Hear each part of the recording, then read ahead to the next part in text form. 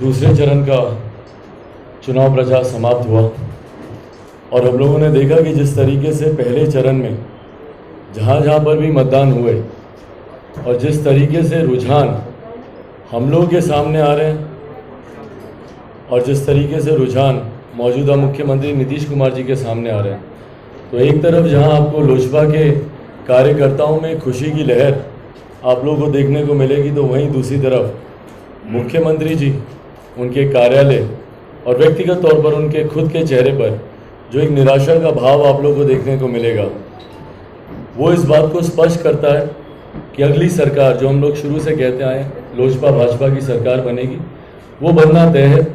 मौजूदा मुख्यमंत्री जी का प्रदर्शन, उनकी पार्टी का प्रदर्शन मुख्यमंत्री जी के हिसाब से अत्यंत निराशाजनक वाला होने वाला, और इसमें कोई संदेह नहीं है कि 10 तारीख के बाद मौजूदा मुख्यमंत्री कभी दोबारा इस प्रदेश के मुख्यमंत्री नहीं बनेंगे। इसमें 1% का भी अब कोई डाउट नहीं है।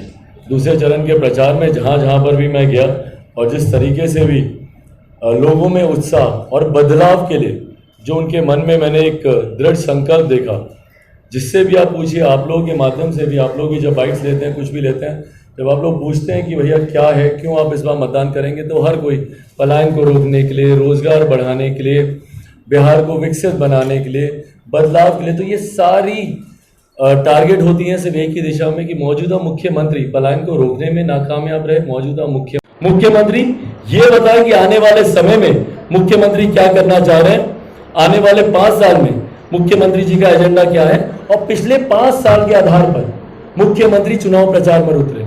ये व्यक्तिगत हमले, ये जो निजी टिप्पणियां जो मुख्यमंत्री ने एक अपनी कार्यशैली का हिस्सा बना लिया, उससे मुख्यमंत्री जी बचे। कहीं ना कहीं मुख्यमंत्री कमजोर दिखते हैं जब वो निजी हमले करते हैं, या उनके सहयोगी जब इस तरीके के निजी हमले करते हैं, तो मुख्यमंत्री कमजोर दिखते हैं। मुख्यमंत्री अगर काम किए हैं, विकास किए हैं और हिम्मत है, तो आए ना भैया, चिराग पासवान तैयार है। किसी भी मुद्दे पर मैं खुली चुनौती देता हूं, मुख्यमंत्री जी किसी भी विषय पर मुझसे बहस करना चाह रहे हैं, मैं तैयार हूं बहस करने के लिए। आप चूज कीजिए एजेंडा, जो आपको एजेंडा चूज करना है।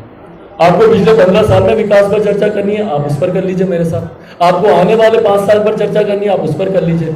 आपको बेरोजगारी पर चर्चा करनी है, आप उस पर कर लीजिए। आपको Bihar first, Bihari first vision document आपको बर्बाद लगता है, आप उस पर कर लीजिए। जिस भी एजेंडा, आप एजेंडा समय जगह आप चुनिए, मैं तैयार हूं आपके साथ सार्वजनिक चर्चा करने के लिए। पर मुख्यमंत्री बताएं तो, सिर्फ निजी हमले करने से, व्यक्तिगत टिप्पणी करने से हम तो इतना काम किए, हम तो इतना विकास किए, भाई जनता भी तो बोलनी चाहिए कि आप क्या काम किए, क्या विकास किए। और अंत में साथियों, ये शर्म आनी चाहिए एक पुत्र को अपने पिता के बारे में इस तरीके की बातें जो लोग कह रहे हैं। बहरहाल मांझी जी से मैं आग्रह करूंगा कि मांझी जी स्पष्ट करें कि क्या मेरी उनसे फोन पे बात नहीं हुई थी। मांझी जी जब पापा अस्पताल में थे, मांझी जी का फोन आया था, सारी जानकारी मैंने उनको दी थी। और बताएं मांझी जी कि क्या मैंने स्पष्ट तौर से नहीं कहा था कि पापा की तबीयत बहुत ज़्यादा खराब है, बल्कि मैं उस दिन भावुक भी बहुत था फोन पर, और उनसे बात करते करते मेरा गला भी भर आया था जब मैं उनसे बात कर रहा था। पूछिएगा मांझी जी से अगर मैं झूठ बोल रहा हूँ। और मांझी जी को स्पष्ट तौर पर मैंने कहा था कि उनकी तबीयत खराब है, स्थिति ज़्यादा खराब है, स्थिति नाजुक है। और उसके बाद क्या किया मांझी जी ने? आज जो उनके प्रवक्ताओं और उनके नेताओं को या मांझी जी को जो इतनी चिंता हो रही है, क्या उसके बाद दोबारा कभी मांझी जी ने फोन कर उनके हालचाल जानने की कोशिश की? क्या मांझी जी दिल्ली आए उनसे कभी मिलने के लिए?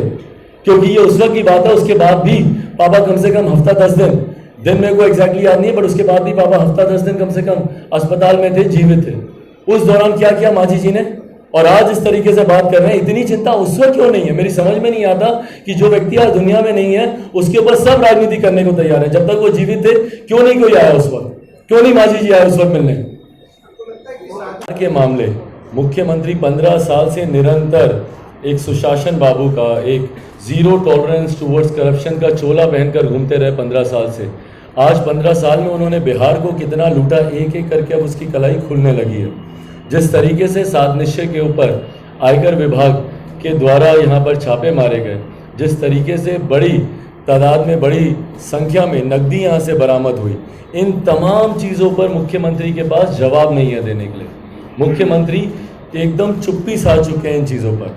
मुंगेर में इतनी बड़ी घटना होती है, वहाँ पर दुर्गा भक्तों के ऊपर गोली चलाई जाती है। भाई मुख्यमंत्री एक बार आके जवाब तो दें कि किसने निर्देश दिए, किसके आदेश पे गोली चली। आप हमारे प्रदेश के मुख्यमंत्री के साथ साथ प्रदेश के आप गृह मंत्री भी हैं।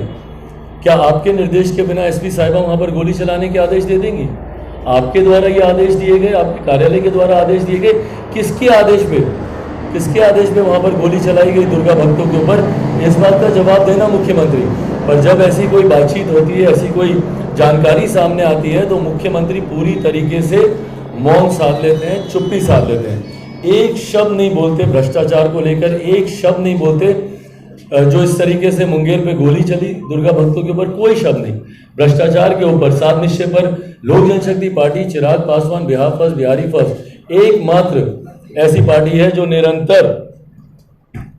निरंतर हम लोग सात निश्चय में हुए भ्रष्टाचार की हम लोग बात कर रहे हैं कि किस तरीके से सात निश्चय में भ्रष्टाचार हुआ, नली गली की बात हो, जिस तरीके से नल जल योजना की बात हो, हम लोग शुरू से इस विषय को हम लोग उठाते रहे हैं। और इस विषय को आज से नहीं, चुनाव है सर पर इसलिए नहीं, मैंने साल सवा साल पहले जो बिहार फर्स्ट बिहारी फर्स्ट यात्रा मैंने शुरू की थी, उस दौरान जब लोगों ने मुझे दिखाया कि भैया देखिए अच्छी खासी सड़क यहाँ पर फिर भी ठीक से थी, सब जानते हैं, सबके नाम उनको पता है। अभी 10 नवंबर को भी समय कितना रह गया, 10 नवंबर को सारी बातें समझ हो जाएंगी। और जिस तरीके से, एक बात और मैं बोलूँ, जिस तरीके से प्रशासन भी हम लोग के साथ भेदभाव कर रहा है, ये बात भी मैं बताऊँ। कल नालंदा में, आज सारी जगह अखबारों में भी छपा है कि कल नालंदा में जिस तरीके से लास्ट मिनट, भाई मुख्यमंत्री का गृह जिला है, कैसे मुख्यमंत्री अपना गृह जिला को हारते हुए देख सकते हैं? तो जिस तरीके से प्रशासन मुख्यमंत्री के इशारे पर यहाँ पर काम कर रहा है, हम लोग को जानकारी है, ईवीएम मशीन की भी हम लोग को जानकारी है। हम लोग जिस तरीके से प्रशासन ईवीएम में भी गड़बड़ी के जिस तरीके से संदेश हम लोग के पास आ रहे हैं, जिस तरीके से हम लोग को मीटिंग करने से, परमिशन मिलने से, वहां पर सभाएं करवाने से, जिस तरीके से प्रशासन मौजूदा मुख्यमंत्री नीतीश कुमार जी के आदेश पर गड़बड़ी करने का प्रयास कर रहा है, मैं चाहूंगा कि इलेक्शन कमीशन भी इन तमाम बातों को गंभीरता से ले। और एक बात बस आप लोग जरूर स्पष्ट कर मुख्यमंत्री और भारतीय जनता पार्टी दोनों के नेताओं से एक बार जरूर स्पष्ट कर लीजिएगा कि अगली सरकार बनने के बाद मैनिफेस्टो किसका लागू होगा, क्योंकि 19 लाख का वादा भाजपा ने भी किया जो कि सात निश्चय में इन्वॉल्व नहीं है।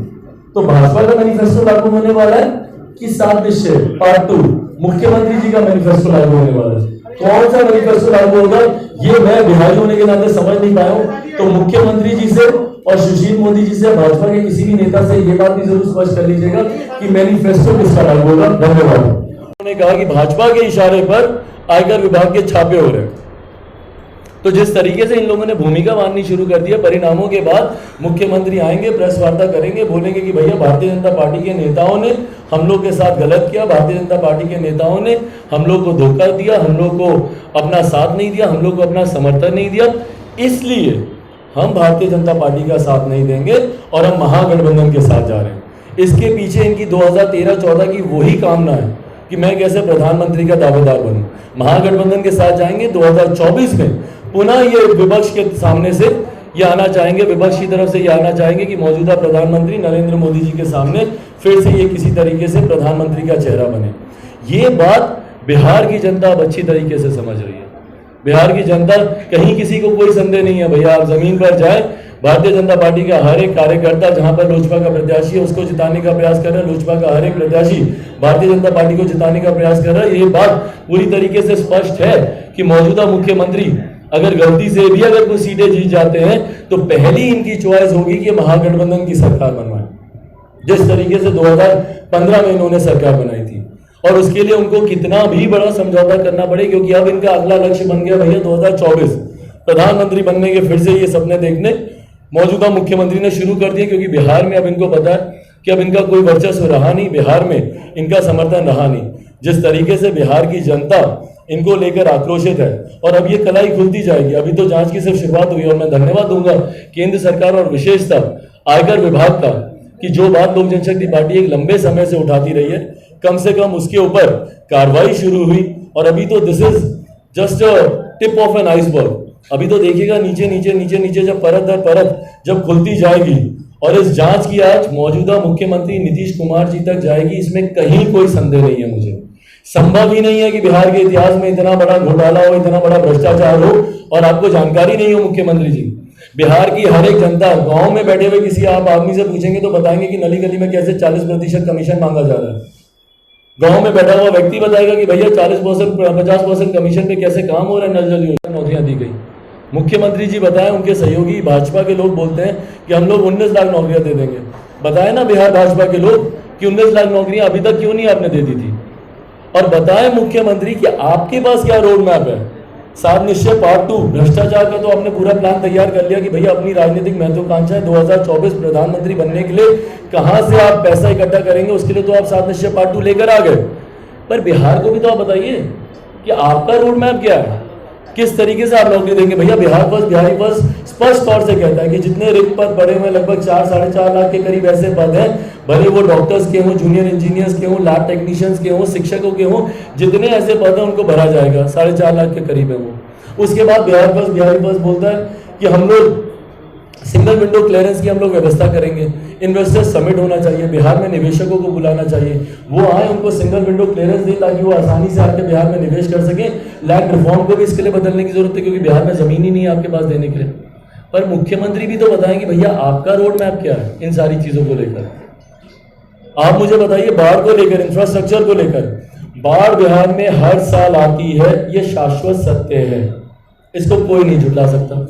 मुख्यमंत्री पिछले 15 साल से प्रदेश के मुख्यमंत्री हैं। इन 15 सालों में आप मुझे बताएं कि मुख्यमंत्री जी एक कोई कदम जो आपने उठाया हो कि अगले साल बिहार में जब बाढ़ आए तो उससे लोग परेशान नहीं हो, एक कदम बता दें मुख्यमंत्री पिछले 15 साल में इन्होंने उठाया बाढ़ को रोकने के लिए। मैं कोई ज्योतिषाचार्य नहीं हूं, पर मैं आज प्रेडिक्ट करता हूं आप लोगों के सामने बैठकर कि अगले साल जून जुलाई अगस्त बरसात के महीने में फिर से बाढ़ का पानी बिहार में आएगा।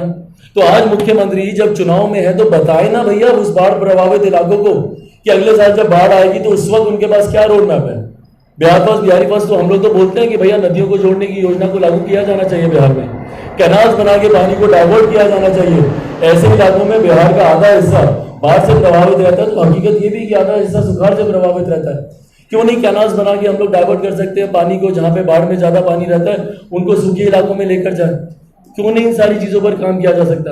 कम से कम हम लोग एक विजन लेकर तो सामने आ रहे हैं, हम लोग सोच तो बता रहे हैं कि भैया बाढ़ की समस्या तो उसका समाधान क्या है, बेरोजगारी की समस्या है तो उसका समाधान क्या है। पर मुख्यमंत्री भी तो मुझे बताएं कि भैया आपकी सोच क्या है, आप किस सोच के साथ आप आगे बढ़ना चाह रहे हैं।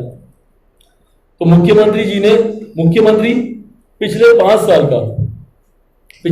साल का मुख्यमंत्री अपना 5 साल में उनकी क्या उपलब्धि रही। आज जब वो जनता के बीच जा रहे हैं, अगला आप रोड मैप नहीं बता रहे, कोई बात नहीं, आप मत बताइए कि आपने अगले 5 साल में आप क्या करने वाले नहीं करने वाले, पर पिछले 5 साल में मुख्यमंत्री ने क्या किया ये बात तो बताएंगे ना जनता को।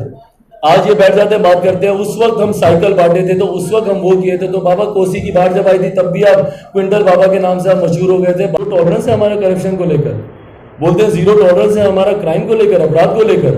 भैया अगर इससे बड़ा अपराध और क्या होगा कि आपके खुद वर्दीधारी लोग अपराधी बनकर निर्दोषों के ऊपर गोली चला रहे हैं, दुर्गा भक्तों को गोली मार रहे हैं। महिषासुर सरकार का आप एकदम स्वरूप बन चुके हैं भैया। इस तरीके से आप निर्दोषों पर, किसको नहीं पता कि मुंगेर में इस तरीके से दुर्गा विसर्जन होता है, किसको नहीं पता। ये आज ये कोई आपके लिए ब्रेकिंग न्यूज थी या इसके लिए आपको इंटेलिजेंस की, और चलिए अगर आपको इंटेलिजेंस की रिपोर्ट की जरूरत भी पड़ती है तो आप तो गृह मंत्री क्यों नहीं थी आपके पास इंटेलिजेंस की रिपोर्ट भैया।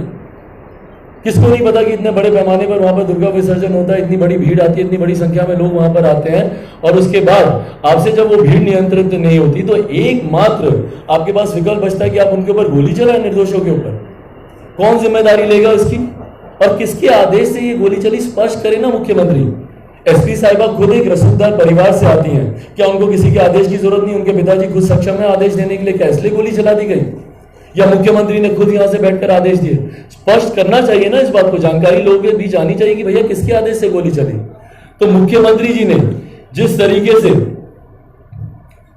से मुख्यमंत्री ने पिछले 15 साल से बिहार को बर्बाद किया है, आज ये सब लोग सामने आते हैं, पक्ष हो विपक्ष हो सब लोग आके आज चुनाव से ऐन पहले ये लोग लॉलीपॉप थमा रहे हैं। कोई बोलता है भैया ये लोग 10 लाख रुपए का लॉलीपॉप, कोई बोलता है ये लोग 19 लाख रुपए का लॉलीपॉप। भैया जब इतनी नौकरियां आपके पास थी तो अभी तक क्या आप चुनाव का इंतजार कर रहे थे कि चुनाव आएंगे तब हम लोग नौकरियां देंगे? क्यों नहीं अभी तक आप लोगों ने 10 लाख और 19 लाख आप लोगों ने नौकरियां दे दी। और संजोग से पिछले 5 साल बिहार के इतिहास के ऐसे अनोखे 5 साल रहे जहां पर सत्ता पक्ष विपक्ष भी था, जहां पर विपक्ष सत्ता पक्ष भी था, दोनों भूमिका में सारी पार्टियां रह गई 5 सालों में। राजद भी सत्ता में रह गई, कांग्रेस भी सत्ता में रह गई, भाजपा भी सत्ता में रह गई, जनता दल यूनाइटेड भी सत्ता में रह गई, जितनी बिहार की पार्टियां भैया, बाकी हम लोग मांझी जी वगैरह सब सत्ता विपक्ष सब भूमिका में हम लोग पिछले 5 साल में रह गए। तो इतनी भूमिका में अगर जब सब लोग रह गए तो आज जो आप वादे कर रहे हैं कि हम देंगे भैया 10 लाख नौकरियां, तो क्यों नहीं दे दिए थे जब आप डिप्टी सीएम थे? जमीनी कार्यकर्ता किसी से भी आप पूछ लीजिए भाई, जनता दल यूनाइटेड मुख्यमंत्री के दिशा निर्देश पर हर एक जनता दल यूनाइटेड का कार्यकर्ता संकल्पित है, लगा हुआ है कि किस तरीके से भारतीय जनता पार्टी को हराया जाए। जो ऑडियो माननीय सांसद का जो वायरल हो रहा है उसमें तो स्पष्ट तौर से कहा गया कि भैया अगर लालटेन को भी फायदा होता है तो फायदा होने दो, पर हम लोग का लक्ष्य है कि जो दूसरा जो व्यक्ति है निर्दलीय जो लड़ रहा है उसको हम लोग को जिताना है। तो ये अविश्वास का जो माहौल पैदा हुआ है, और ये अविश्वास बिना आग के धुआं नहीं निकलता है, ये अविश्वास बिना मतलब के नहीं कहीं पे पैदा हुआ है। ये मौजूदा मुख्यमंत्री की सोच का ही नतीजा है। मौजूदा मुख्यमंत्री माने जाते हैं, अगर इनको पलटने का पलटी राम जैसे जो भी नाम लोग देते हैं, क्यों देते हैं? वो इसीलिए देते हैं ना भैया कि आप बार बार आप जिसका विरोध करते हैं उसी के साथ जाकर आप सरकार बना लेते हैं। 2005 से 2015 तक घोर विरोधी आप रहे लालू जी के, उन्हीं का विकल्प बनकर आप आए थे सरकार में, जंगल राज का की बात कर करके जिस बिहार की जनता ने आपको समर्थन दिया, आपको मुख्यमंत्री बनाया, आज 2015 में उन्हीं लालू जी के समर्थन के साथ आपने सरकार बना ली। 10 साल तक आपने उनका विरोध किया और फिर उन्हीं के साथ मिलकर आपने सरकार बना ली। 2013 से निरंतर 2017 तक मौजूदा प्रधानमंत्री आदरणीय नरेंद्र मोदी जी का नीतीश कुमार जी विरोध करते रहे और 2017 में फिर उन्हीं के साथ मिलकर सरकार बना ली। तो भैया अब आज आप किसका विरोध कर रहे हैं? आज आप पुनः महागठबंधन का विरोध कर रहे हैं। तो कैसे कोई माने कि 10 तारीख को परिणामों के बाद आप पुनः मिलकर सरकार नहीं बना लेंगे महागठबंधन के साथ? मौजूदा मुख्यमंत्री नीतीश कुमार जी अपने व्यक्तिगत लाभ के लिए कुर्सी सत्ता का मोह मौजूदा मुख्यमंत्री को इस कदर इस हद तक है कि वो कुर्सी के बिना सत्ता के बिना मुख्यमंत्री रह नहीं सकते। उसके लिए उनकी नीति मायने नहीं रखती, उसके लिए उनके सिद्धांत मायने नहीं रखते, उसके लिए वो किसी हद तक किसी स्तर तक वो जा सकते हैं समझौता करने के लिए। जब वो लालू जी के साथ समझौता कर सकते हैं, गलबैया कर सकते हैं, 2015 में उनके साथ तस्वीरें खिंचा सकते हैं, गले लगा लगा के उनके साथ मिलकर सरकार बनाना तो दूर, सरकार चलाई भी उन्होंने 3 साल। उन्हीं के परिवार के लोगों को डिप्टी सीएम के तौर पर मिलकर उन्होंने सरकार चलाई। और आज जिस प्रधानमंत्री जी के साथ मन साझा करते मुख्यमंत्री नहीं थक रहे हैं, प्रधानमंत्री जी का आशीर्वाद लेते हुए नहीं थक रहे हैं, जिस प्रधानमंत्री जी के आशीर्वाद से मौजूदा मुख्यमंत्री आज की भी तारीख में मुख्यमंत्री बने हुए, भैया किसके आशीर्वाद से बने हुए हैं? महागठबंधन जब छोड़कर आए थे तो हमारे प्रधानमंत्री ने इनको आशीर्वाद दिया ना कि चलो तुम दोबारा से आप मुख्यमंत्री बन जाइए, तो उन्हीं के आशीर्वाद से आज ये मुख्यमंत्री बने हुए हैं और पुनः आज उनका आशीर्वाद लेते हुए नहीं थक रहे। और ये वही मुख्यमंत्री हैं जो कि 2013 में इनके सामने प्रधानमंत्री पद के दावेदार बनने के लिए एकदम व्याकुल थे, और ये व्याकुलता उनकी अभी शांत नहीं हुई है। ये जो सुगबुगाहट चल रही है और जिस तरीके से जनता दल यूनाइटेड के माननीय सांसद स्वयं इस बात को बोल रहे हैं कि लालटेन जीत जाए तो कोई दिक्कत नहीं है, कहीं ना कहीं मुख्यमंत्री की सोच है ये कि अगर चुनाव परिणाम आएंगे, बाद में इन लोगों ने भूमिका भी बांधनी शुरू कर दी। कल कुछ भाजपा के नेताओं ने एक प्रेस कॉन्फ्रेंस कर सीधा आरोप लगाया भारतीय जनता जो मेरे ऊपर भी कटाक्ष करते हैं, जो मुझे ही भैया वोट कटवा मांगते हैं, तो मुझे उनसे कुछ लेना देना नहीं जो अपने व्यक्तिगत स्वार्थ के लिए, जिन्होंने अपनी पार्टी को भी बर्बाद किया, जिन्होंने प्रदेश को भी बर्बाद किया।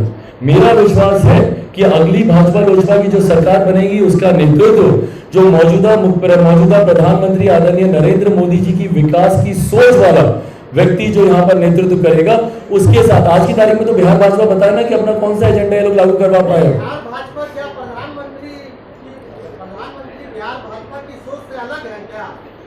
देखिए, भारत के जो प्रधानमंत्री हैं उनकी जो विकास की सोच है, उस विकास की सोच पर बिहार भाजपा के कम से कम नेता काम नहीं कर रहे हैं, ये बात स्पष्ट है।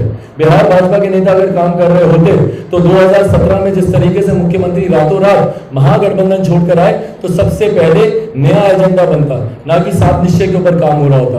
और ये जो अगली सरकार के लिए जो लोग साथ में जा रहे हैं, पहले कॉमन मिनिमम प्रोग्राम तैयार किया जा रहा होता, ना कि मुख्यमंत्री जी का जो एजेंडा है 7 निश्चय पार्ट 2 इसके ऊपर काम किया जाता। तो जो नई सरकार बनेगी भाजपा लोजपा की, उसमें Bihar first, Bihari first vision document के साथ साथ कई और ऐसे एजेंडे हैं जो भारतीय जनता पार्टी के नेता जो मौजूदा प्रधानमंत्री जी के सुझाव पर जो अपनी बातों को रखेंगे उसको भी सम्मिलित किया जाएगा। ये पत्र भी साझा किया जाएगा। मौजूदा मुख्यमंत्री को आज मैंने पत्र लिखा है जिसमें मैंने आग्रह किया है कि भैया चुनाव सिर्फ और सिर्फ विकास के एजेंडे पर लड़ा जाना चाहिए। और मुख्यमंत्री लाख प्रयास कर ले, मैं नैरेटिव बदलने नहीं दूंगा, लाख कोशिश कर लें ध्यान भटकाने का कि दुर्गा भक्तों के ऊपर गोली क्यों चली, या बिहार में 7 निश्चय सबसे बड़ी भ्रष्टाचार की योजना कैसे बनी, या यहाँ पर किस तरीके से बेरोजगारी को मुख्यमंत्री ने बढ़ावा दिया, या जो इनकी युवा विरोधी सोच है कि ना युवाओं को पढ़ने देंगे ना प्रदेश में रोजगार देंगे। मैं नैरेटिव नहीं बदलने दूंगा। आप मुझ पर लाख हमले कर लीजिए, पर मेरा हर मन से संबोधन सिर्फ और सिर्फ बिहार की बदहाली को लेकर होगा, जो मुख्यमंत्री जी की वजह से हुई है। और इसीलिए आज मैंने उनको ये पत्र भी लिखा, आप सबके साथ में साझा भी करूंगा। 2 पन्ने का ये पत्र, जिसमें मैंने उनको तमाम जो बातें आप लोगों के साथ साझा की है, ना सिर्फ मैंने वो बातें मुख्यमंत्री जी को बताई है, बल्कि उनसे मैंने पूछा भी है कि पिछले 5 साल के मुख्यमंत्री सिर्फ एक उपलब्धि बता दें। बहुत ज्यादा हम लोग को ज्यादा जाने की जरूरत नहीं है, एक उपलब्धि बता दें कि भैया ये हम एक बड़ा काम किए हैं, इससे बिहार की इतनी करोड़ जनता को लाभ मिल गया। एक उपलब्धि बता दें जो मुख्यमंत्री के पास नहीं है। तो ये लेटर अभी प्रेस वार्ता जैसे ही समाप्त होती है, इसकी एक प्रतिलिपि आप लोगों को मिल जाएगी। अब अगर इसके अलावा कोई सवाल बचे हों तो देने वाला लड़का है वो 10 दिन तक बिहार घर से बाहर नहीं निकल सकता। तो मेरे पास विकल्प क्या था, डिजिटल ही एक माध्यम था ना। आपने क्यों नहीं मेरा एक और वीडियो क्यों नहीं साझा किया जिसमें मैं वर्चुअल रैलीज भी कर रहा हूँ? वो शायद आप खरीद नहीं पाए होंगे, आपके पास वो उपलब्ध नहीं हो पाया होगा, या शायद आप इतना ज्यादा एक्सपेंसिव होगा कि शायद आप उसको अफोर्ड नहीं कर पाए होंगे, जो भी कारण रहा हो। पर आप ये दिखाकर क्या बताना चाह रहे हैं? और ये व्यक्तिगत निजी हमले क्यों?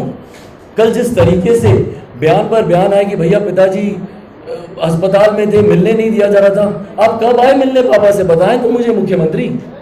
आज पापा के निधन के बाद उनको उनकी इतनी चिंता हो गई कि जैसे सबसे सगे मुख्यमंत्री ही पिताजी के थे। उनके नेता ये कहते नहीं थक रहे, मुख्यमंत्री कहते नहीं थक रहे, पर याद करें कि ये वही मुख्यमंत्री है। जब आप लोगों ने सवाल पूछा था तो मुख्यमंत्री का जवाब आया था कि अच्छा उनकी तबीयत खराब है, हमको तो मालूम ही नहीं है। भाई उस वक्त आपको मालूम नहीं था, और ये उस दिन आपने बयान दिया जब तक देश के राष्ट्रपति मुझे 2 बार फोन कर चुके थे, जब तक भारत के प्रधानमंत्री पापा का हालचाल जानने के लिए मुझे निरंतर दिन में 2 बार फोन करते थे। उस वक्त आप ये बयान दे रहे हैं कि हमको तो मालूम ही नहीं है कि उनकी तबीयत खराब है। लोकसभा के स्पीकर उनसे मिलने आते हैं, भारतीय जनता पार्टी के जितने केंद्रीय मंत्री हैं वो उनसे मिलने अस्पताल आते हैं, जितने उनके वरिष्ठ नेता हैं, भले वो सत्ता पक्षी हो विपक्षी हो, वो लोग पापा से मिलने अस्पताल आते हैं। और मुख्यमंत्री यहाँ पर क्या दिखाना चाह रहे हैं कि भैया कौन सी साजिश रची गई? आप मुझे बताएं ना, आज आपको पापा की इतनी चिंता हो रही है, इतनी आपको उनको लेकर परेशानी हो रही है, मुझे मुख्यमंत्री बताएं कि कब उन्होंने प्रयास किया कि वो आकर दिल्ली के फोटोज में, दिल्ली के फोटोज में आकर, स्पॉट्स में आकर पापा को देखें। आना तो बहुत दूर की बात है। मुख्यमंत्री ने क्या किया ये तो बताइए। 5 साल में आपने विपक्ष के साथ भी आप मुख्यमंत्री रहे, सत्ता पक्ष के साथ भी आप मुख्यमंत्री रहे। इन 5 साल की एक उपलब्धि बता दें मुख्यमंत्री। आज जब उनके प्रत्याशी जब जनता के बीच जा रहे हैं तो जनता उनसे 5 साल का हिसाब मांगेगी कि नहीं मांगेगी, या सिर्फ यही दिखाते रहेंगे कि 15 साल पहले ये था, 15 साल पहले वो था? भाई नहीं पता आज के फर्स्ट टाइम वोटर को कि 15 साल पहले क्या था, ना उसको पता है ना उसको कोई फर्क पड़ता है। मैं खुद 38 साल का हूं, बट ईमानदारी की बात है 90 के दशक की धुंधली यादें हैं मेरे दिमाग में। जब से मैंने वोट करना शुरू किया या जब से मुझे चुनाव की समझ हुई, जानकारी हुई, तो मैं तो आप ही को मुख्यमंत्री बना हुआ देख रहा हूं। जब मैं मुंबई में था, जब मैं काम कर रहा था, जिसको लेकर आप मेरे ऊपर व्यक्तिगत टिप्पणियां भी आजकल आप करते हैं, जब मैं वहां पर काम कर रहा था तो वहां पर मुझे बिहारी के तौर पर अपमानित किया जाता था। उस वक्त प्रदेश के मुख्यमंत्री आप थे। 2005 से लेकर 2020 तक निरंतरता में आप मुख्यमंत्री रहे, भले गठबंधन महागठबंधन हो या फिर एनडीए का गठबंधन हो। आप मुझे बताइए कि आज की तारीख में अगर बिहार के बाहर बदनाम हो रहा है तो उसकी जिम्मेदारी किसकी है? फिर आप बोलते हैं कि भैया लालू जी के वक्त अस्पताल नहीं बने तो लालू जी के वक्त ये नहीं बने। आपके वक्त क्या क्या बना, आप उतना तो बताइए, क्यों आपके वक्त बिहार बदनाम हो रहा है? मेरा जो अनुभव है, या मुंबई में जहां पर बिहारियों के ऊपर लाठियां चली हैं, तो वो तो आपके रहते हुए चली थी ना जब आप यहाँ पे मुख्यमंत्री थे। या कोरोना काल में लॉकडाउन के वक्त जितने लोग प्रताड़ित हुए, जितने लोग परेशान हुए, सैकड़ों हजारों किलोमीटर की यात्रा पैदल जो चलकर आए, तो मुख्यमंत्री हमारे प्रदेश के आप थे। जब आपने उनकी बातें सुनने से मना कर दिया और शर्मनाक बयान आपने दिया कि किसी भी बिहारी को बिहार की सीमा में घुसने नहीं दिया जाएगा। मेरे बच्चे जब वहां पर कोटा में बैठ के जब रो रहे थे, बिलख रहे थे, तो मुख्यमंत्री ने उनकी बातें सुनने से मना कर दिया, हाथ खड़े कर दिया कि भैया नहीं, बच्चे नहीं आएंगे। और वहीं इनके मंत्री टपाटप गाड़ियां भेज भेज के अपने बच्चों को वापस ला रहे थे। इस तरीके से भेदभाव की राजनीति करते हैं मुख्यमंत्री। आपके मंत्रियों के लिए अलग सुविधाएं और बिहार के बच्चों के लिए अलग मापदंड होता है। आज मुख्यमंत्री बोलते हैं हम तो इतना विकास किए, तो भैया विकास दिखता क्यों नहीं है जमीन पर? क्यों बिहार, क्यों दिल्ली, मुंबई ये सब चमचमाते शहर बनते गए, क्यों बिहार अभी तक पिछड़ा है? बेसिक इंफ्रास्ट्रक्चर नहीं है बिहार में आज की तारीख में। आप प्राथमिक स्वास्थ्य केंद्र चले जाइए, बीपी तक जांचने की मशीन अधिकांश प्राथमिक स्वास्थ्य केंद्रों पे नहीं है। और आप बोलते हैं कि हम इतना काम किए, इतना काम किए। अगर इतना काम किए तो आज जब आपके मंत्री, आपके विधायक, आपके नेता, आपके सांसद जब नहीं है, और युवा विरोधी जो इनकी एक सोच बन गई है, धारणा बन गई है भैया, कि युवा तो मतलब एकदम गवार, अनपढ़, मूर्ख है बिहार का, मुख्यमंत्री जी के अनुसार। अभी कल परसों भी जो ये किसी को इंटरव्यू दिए एक चैनल को, उसमें भी स्पष्ट तौर पर, अरे ये लोग तो बच्चा है, ये लोग तो कुछ जानता ही नहीं है, अनुभवहीन है। हाँ भैया, है हम अनुभवहीन। आप कुर्सी खाली करेंगे तो हम लोग अनुभव लेंगे ना। कुर्सी पर तो जम के बैठे हुए आप 15 साल से, खाली करने को अब आज की भी तारीख में आप तैयार नहीं है कुर्सी को। सत्ता का मोह आपको इतना ज्यादा है, और फिर हम लोग को बोलते रहते हैं कि ये लोग तो अनुभवहीन है, कुछ जानता ही नहीं है, पढ़ता ही नहीं है। भाई बिहार के युवा को आपने पढ़ने का मौका दिया? पढ़ता नहीं है, पढ़ता नहीं है आप बोलते हैं। 3 साल की डिग्री आप 5-5 साल में आप बिहारियों को आप देते हैं, 6-6 साल में आप डिग्री देते हैं। कॉलेजेस की हालत देख लीजिए, यहाँ पर कॉलेजेस भूल जाइए, प्राथमिक स्कूलों की, आप प्राइमरी स्कूल्स की, आप एजुकेशन की आप हालत देख लीजिए, शिक्षकों की हालत देख लीजिए, जिसको हम लोग गुरु का, भगवान का हम लोग दर्जा देते हैं, उनके ऊपर मुख्यमंत्री हमारे लाठी चलवाते हैं। तो जवाब देना मुख्यमंत्री जी कि हम इतना विकास किए, हम इतना विकास किए, कहाँ किया विकास? और आज अगर आपने विकास किया होता तो आज आपको ये निजी हमले करने की जरूरत नहीं पड़ती। जिस तरीके से चिराग पासवान आज सिर्फ और सिर्फ जांच की आंच के डर से जिस तरीके से मुख्यमंत्री बौखला गए हैं, जिस तरीके से मुख्यमंत्री के अंदर घबराहट पैदा हो गई है, उसी का परिणाम है कि चिराग पासवान के ऊपर निरंतरता में निजी हमले, निजी हमले, निजी हमले।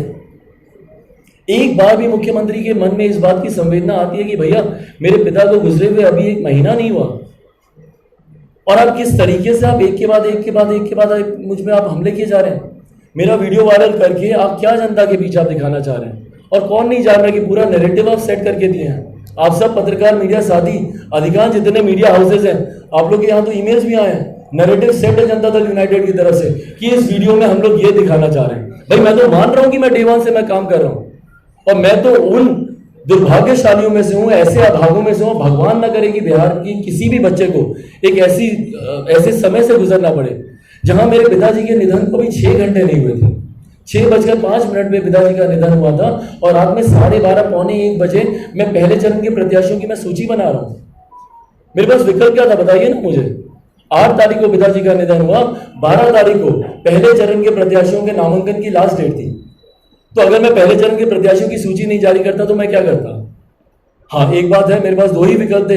या तो मैं एकदम निराश होकर, मूर्छित होकर मैं हाथ खड़े कर देता, गिव अप कर देता कि भैया आप मुझसे नहीं हो रहा, मैं काम नहीं कर सकता, और या फिर मैं डट के लड़ता, जिस तरीके से पापा मुझे हिम्मत दे के गए, सिखा के गए, और उनकी अंतिम इच्छा ये रही है, तो मैं उनकी अंतिम इच्छा को पूरा करने का ही अपना जीवन का एकमात्र लक्ष्य बनाता, और मजबूती से मैं उसके ऊपर डरता। मैंने दूसरा विकल्प चुना, लगा मैं पहले दिन से ही काम करने। जो 10 दिन की ये बात कर रहे हैं, जिस वक्त का ये वीडियो ये दिखा रहे हैं, भाई हम लोग यहाँ परंपरा रहती है और